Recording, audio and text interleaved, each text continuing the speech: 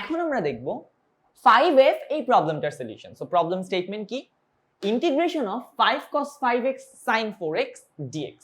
তো একদম আগের সবগুলো ম্যাথের মতোই 5 এর একটা 2 আনতে হবে জোর করে। সো 5টাকে আগে সামনে নিয়ে আসি, নিচে 2, ভেতরে উপরে 2 cos 5x sin 4x dx।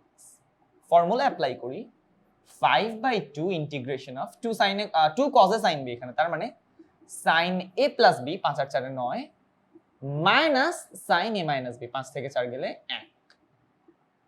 আলাদা করি, 5/2 integration of sin 9x minus 5/2 integration of sin x dx।